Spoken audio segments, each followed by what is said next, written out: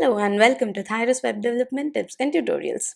In today's video, we will see how to create this navigation bar which is responsive and it's sticky and also it shrinks on scroll. So when you scroll down, it just becomes a very thin navigation bar, otherwise it's this big.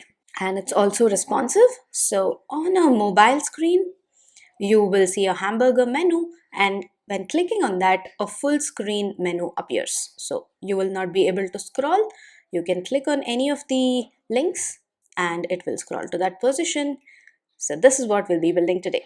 This video is sponsored by Showcase, a professional network built for people who code to connect, build community, and find new opportunities. Hang out with like-minded individuals, share your knowledge, and build your own community.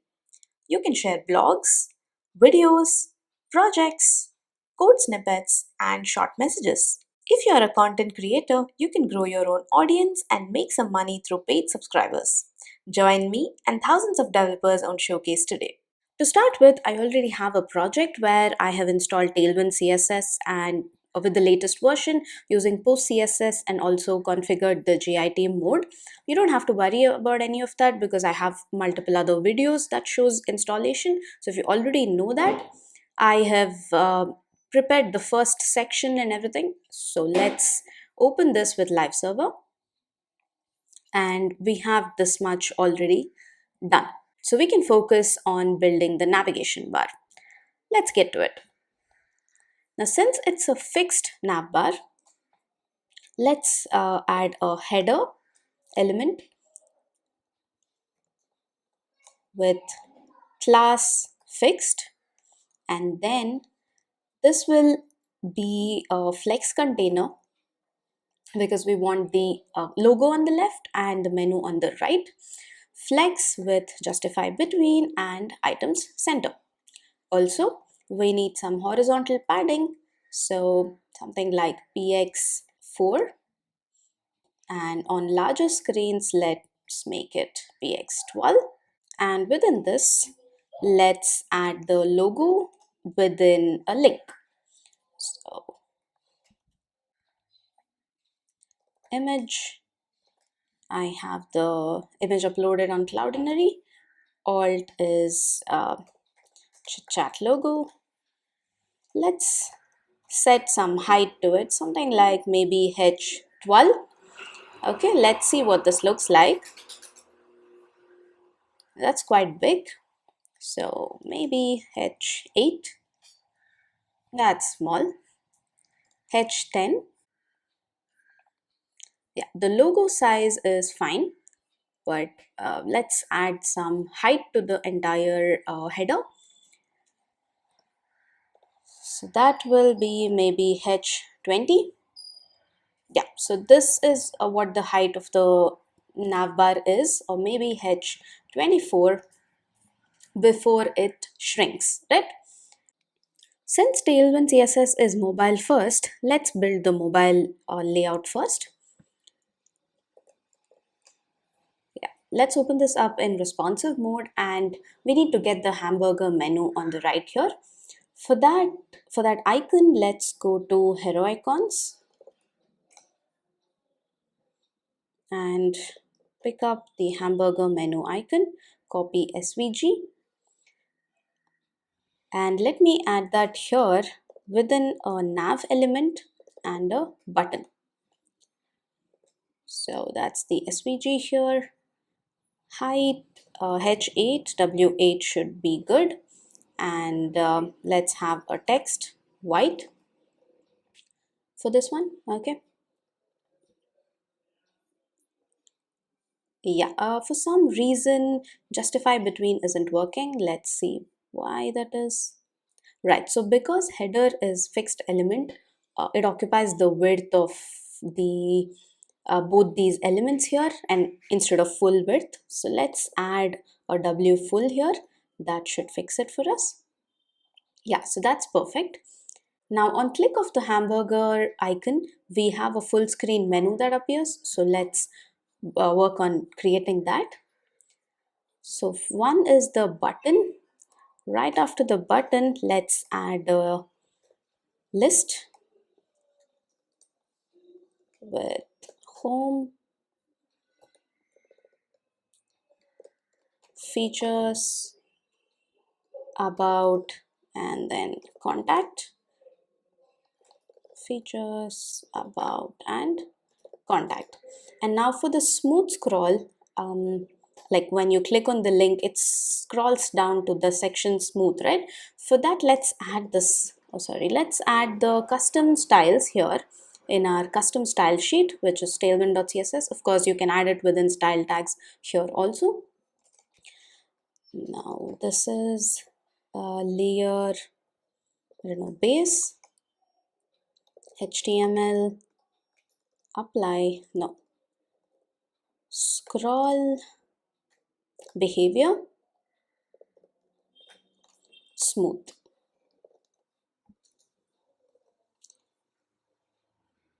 Okay, we'll test that later, that's okay. So let's see where this list gets positioned. Right, this is where it is. Now we need to make this position fixed. So what we do is ul class fixed, and this also needs to be w full, or I think we can add a left 0 and right 0, and then min height screen, and then bg blue 500, so it occupies the full screen and with a background of the same blue. So it has the same background. You see that rest of the content is gone. That means it's occupying the full height here. Now, oh, the reason, oh, I'm so sorry, each one has to be a list item. How did I miss that?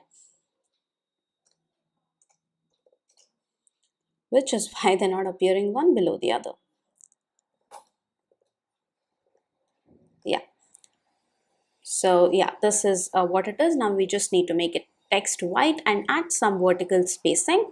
So let's do that here. Text white.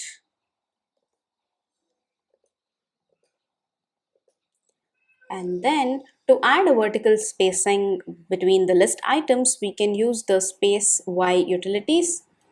What's wrong? Space y4. Yeah, that looks fine. Let's add some padding also, which is maybe an overall padding of 4. Yeah, so that looks quite fine. Now, when you click on the hamburger menu icon, this needs to slide in from right to left, otherwise it should go back. So for that, first let's hide it by translating it to the right 100%. So what we do is let's add a transform class and then translate x full. Right, so it's actually hiding here right now. Maybe we could inspect element and see that. No, that's not visible, but yes, it is there on the complete right. The moment you make translate x 0, it appears, right? So we'll add that functionality with Alpine JS in a little while. First, let's complete the entire appearance. So that's about the mobile layout. Now, after a screen width of MD, we can add the entire menu right here. So what we do is this button, we can hide it after uh, MD breakpoint. So after MD, this button could be hidden. So that's hiding. And this entire list needs to be visible. So at MD, it's no more fixed. Make it relative. And then at MD, you also make it flex. So all of these can appear one next to the other. And at MD breakpoint, remove the min height screen. So min height 0. And then what else you need to do? Remove the space y4. So make it space y0. Instead, add space x maybe 6. And also remove the padding. Let's see what that gives us. Right, so it's still translating to the right, which is why we're not able to see it. So also at MD breakpoint, translate x0. Yeah, so that's what we needed and that's what we have. Right, so we have the entire look of the menu. All right, now we need the entire menu, also the entire header to have a background blue. We have missed that. Let's go back to header and add a BG blue 500. So that way, when you scroll, you see this is how huge the menu is. We'll make sure that it shrinks now just in a minute. Like I said, the functionality of making it shrink and the functionality of clicking this icon and making the menu slide is done using Alpine JS. So let's quickly go to the Alpine js.dev website and grab the CDN link. You can install it using npm also, but this is quicker, so I'm doing this. It's very light also, so you can add the Alpine JS CDN link here. And now for all of this to work, the first thing we need is x data, right? So this is like the state of the current variables, you can call it. So initially we have the navbar open is false. So we don't want the navbar to be open the moment we open the web page. So navbar open can be false. And on click of the hamburger menu, let's change the navbar value. So let's toggle the navbar value. For that, let's use the at click feature.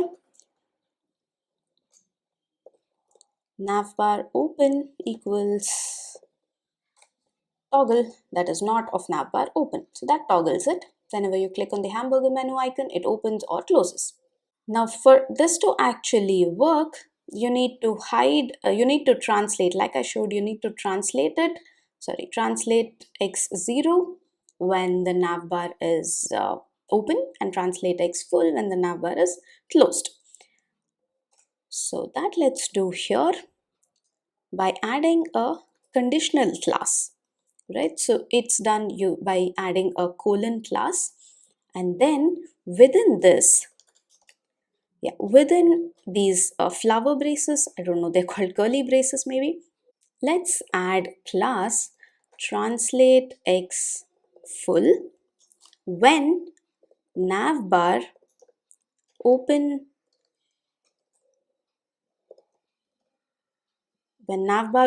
is false. So that is when navbar is not open. And then let's add a translate x0 when navbar is open. I hope this works. Let's see. So let's refresh once. Initially the menu is not open. Let's click on this. Yes, it shows up. Click on it again, it closes. But we don't see any animation. Let's add that immediately. For that, let's add a transition class and then a duration class. So maybe we can give it duration 200 milliseconds. Okay. Now click on the hamburger icon. Yes, you see it sliding and then you see it sliding back. Great. So has this affected any of our desktop styles? No, everything is perfect. Great. So one thing pending right now is to make this shrink. So if you noticed, when you make this shrink, the thing we're doing is we're reducing the height on scroll. And also we're reducing the height of this image when it scrolls.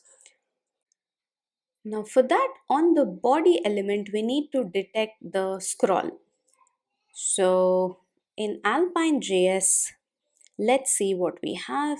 We have these events. So when you come to events, you see that there is a click event, key up event, and so on. So when you look at this listening for events on window, you need to add a dot window. So let's add a scroll dot window. And to just check that if it's working, let's just do a console.log.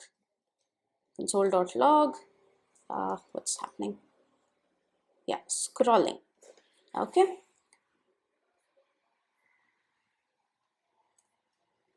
And let's check the console. Yeah, so it's scrolling. You see this number is increasing, right? So it's working. Let's close this up, and now let's change it. So what we need to do is we need to check while the web page is scrolling, if the scroll offset from top is more than a particular value, then we shrink the navbar. To check that, we have this variable which is window dot page y offset, which shows us the offset from top when scrolling. So let's console.log and cross check if this again works. Right, so let me open it. Yes, so 161. Yeah. So this is working, right? So let's make it 0, close this and check. Now if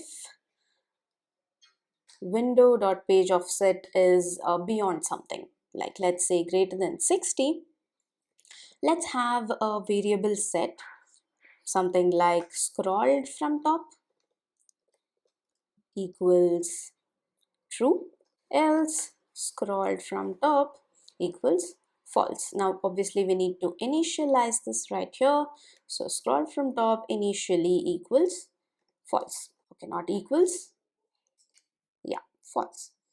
Right, so this is set. Now when the scroll from top is true, we need the header to shrink. Again, let's make use of the conditional class here. That's what I call it. I don't know, maybe you could call it xbind class. So you're actually binding the class with the variable. And here, let's add a h24, which is what it is when scrolled from top is actually false. That is when it's not scrolled from top. And then maybe h12 when it's actually scrolled from top. Let's see how this goes. So I'm scrolling, yeah. So you see that the navbar is shrinking. There's no animation. Once again, we'll add that. But let's also reduce the height of this image using the same conditional class thing. So here with image, so it is h10 if it's not scrolled from top. It's h8 if it's scrolled from top. So yeah, you see the image is also reducing in height. Great. Now comes the transition. So we just need to add a transition all and a duration of 200 milliseconds. The reason we need transition all is because otherwise the height transition doesn't happen. The same thing needs to be added for the image also. Let's see. Yeah, great. This is working. So you go back up. Yes. So you see there's a smooth transition happening. Now there is just one problem, that is, let's say you've already scrolled somewhere here and then you like refresh the page. You notice that the scroll position has changed, but the navbar is not shrunk. This is because initially you remember we have set this value to false. That's why it's not detecting it. So when you reload the web page, that is, you can do that with x init. When you reload the web page, check this once again. So if the page offset is greater than 60, set it to true, otherwise set it to false. So the same statement, we are running it here when it initializes once, right? So yeah, so you see this is working. Make it responsive, that is on mobile layout. Is it working? Yes, here also this is working. Almost everything is done except for one small thing we might have missed.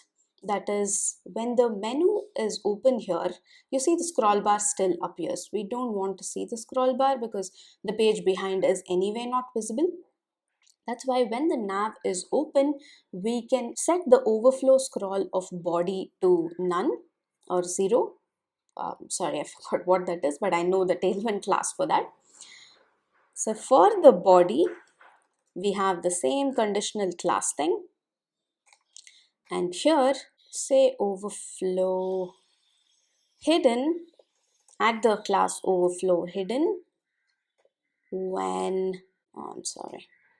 Yeah, add the class overflow hidden when the navbar is open. So navbar open is true, and then add overflow auto when the navbar open is false. That is when navbar is closed. Okay, let's see. Click on the menu. Yeah, you see there is no scroll bar appearing here. Try scrolling, doesn't happen. Once it's closed, the scroll bar is back up. Right, so this completes the entire video. It's a very quick thing, but it does take some time to make this happen with all of these classes and functionality. So I have this whole thing ready on CodePen for you to modify and use it the way you want in your projects. If you loved it, do share it with all your people, and if you haven't subscribed, subscribe to this channel for more such simple tips and tricks and tutorials. Thank you for watching. Hit a like and share this video ahead. If you enjoyed watching this, don't forget to subscribe below and turn on the notifications so you won't miss a single video from Tyrus.